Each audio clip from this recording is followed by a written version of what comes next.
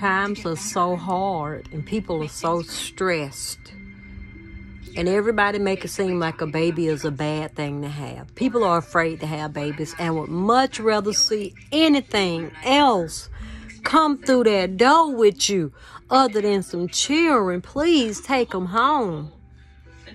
I just can't stand them. They just so bad. No, that's what children do. They are active. It's my job to try hard to protect them and to keep them safe. And even with everything that we try, sometimes we still fail. And we have to live with that regret.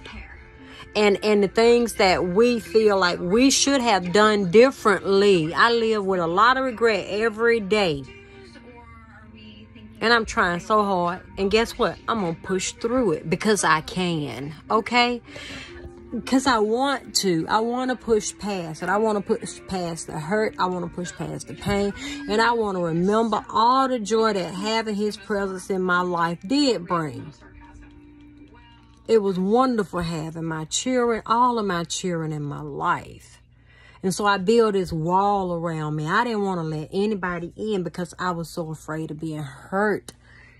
And I got these right now that I have to worry about. I'm like, I ain't got no room for no more. Because if I lose one, then the hurt gonna be horrible. And so I find it harder to keep. I find it easier.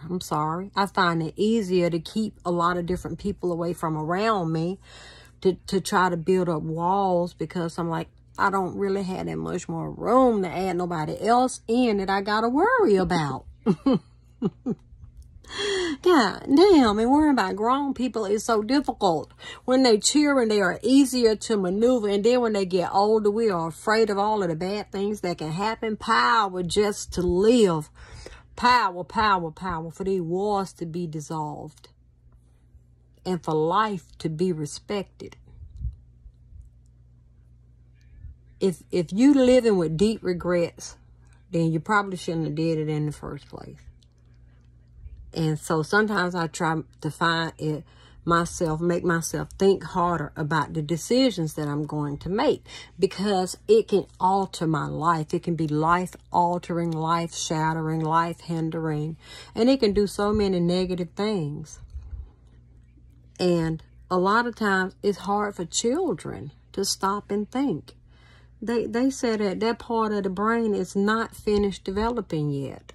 So it's our job, those that are of a certain age, who have found ourselves more mature and know that we too have made the same mistakes and we didn't stop and think. And so then suddenly we find ourselves thinking.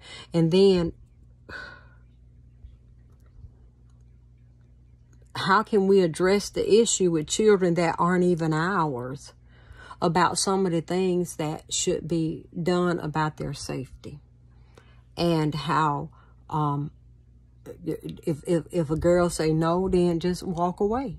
If she say no, if a man say no, just walk away. Those things can be hard and overwhelming to do. I feel like we can get that though. I feel like we can embrace the young children, embrace them so that no baby should have to worry about milk. It shouldn't even be a thing, so that when a new mom has a baby, that her place is home with her baby. And we as a community or as a society are supposed to help make sure that those things do happen, that this mama can bond with her child. And this child shouldn't have to have all of these different spirits in his head at a young age. No, it's insane. It's insane. She should be able to get in a nice, quiet place and keep that baby away from everybody else's opinions and everybody else's thoughts and everybody else's hands off of it until it reaches a certain age. And you say, what age is that? I say, well, somewhere around 13 and 14, when they start thinking for themselves. Then we should allow them to enter into community. It should be ways that we have all of the technology today that children can be home at school, even in smaller communities so that they are not so big. Children are everywhere and unaccounted for. And you go to the school and you asking for your child and the teacher don't even know where he at. And well, I don't even know who he is. And he's supposed to be at this school. I came right here. I registered him and I signed him in, and you don't even know where he is. We don't know because they are so big and so many things unaccounted for. And it might happen one day and you didn't even know it was happening. You didn't even know what was going on. Nobody call you. Nobody reach out to you. Letters don't make home. No letters in the mail. No nothing. No nothing. And I allowed you the opportunity to govern my children according to your standards and beliefs. And this is what you told me I have to do. If I don't, then I'm going to be in trouble because you're not going to follow my rules and you're going to stay in line and you're going to do what I told you to do. And if you don't listen to me, then you're going to have to answer to me. You don't want me to send my boys to get you now, do you? I wish enough people would stop going. Let these people get up and walk to your door themselves and tell you exactly what they need for you to do. We got to pay somebody else to go do it. No, send the letter in the mail. If they need to know it, send the letters in the mail. If there's warrant, send the letter in the mail to the less known address and let them know they need to answer to the courts because charges have been brought up against them. Nobody should come out to your house and grab you and pull you in and shoot you in your house or bust in your door or break in your windows and drag you out of your house. No, that's traumatizing to you, to children, to the people who have to do it. They have to psych themselves out to do it because a lot of times they don't want to do it. And then they got to wear all of these weapons and all of these things because they going up into somebody else's house. You entering into my property. Whatever go down inside of you entering in this door, you should not be allowed to walk up in my house and kill me and get away with it. I don't care who you are. I have a huge problem with that. Tell me, why is there so much safety? You got to have all of those weapons of mass destructions. They should be kept at home. At home. If somebody come in your house, you have every right to use your weapon. And to tell me that I do not have the right to use my weapon, I don't care who breaking in my door, means that you have taken my rights away from me. Give me my rights back. Give me a chance.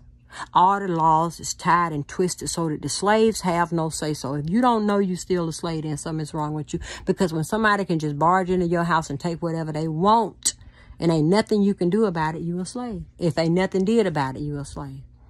You a slave. And Massa is still using the same tactics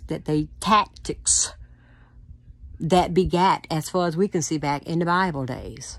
That those tactics are still being used today. We have to, our rights have to be protected. How can we, when we are afraid of people like that? You need all of them guns. You don't feel safe. You need all of that just to keep you safe. Because we know it's a world of predators out there. And if you pull me over and say that you was going a little bit too fast, you need to slow down for your safety and for the safety of others around you. Slow it down, please. You see the speed limit? Why do cars go that fast anyway on the road? It's ways to make it stop. It's ways to make it stop. You can ban the speed on the cars and leave the drivers alone. Money, greed, power, anger, frustration. So many things that are happening. What do we do? What do we do?